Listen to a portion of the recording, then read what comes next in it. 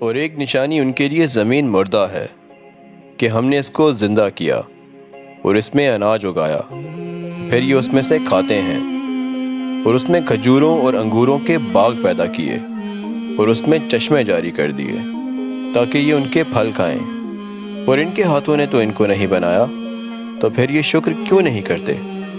وہ اللہ پاک ہے جس نے زمین کے نباتات کے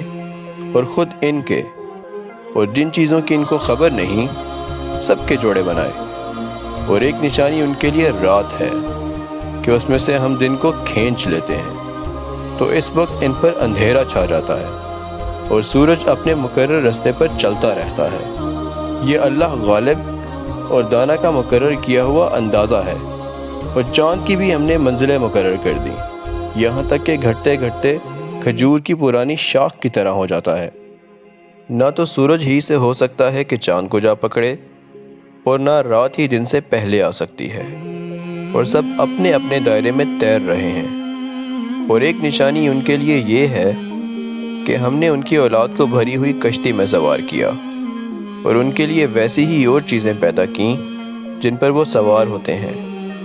اور اگر ہم چاہیں تو ان کو غرق کر دیں، پھر نہ تو ان کا کوئی فریاد رس ہوا اور نہ ان کو رہائی ملے،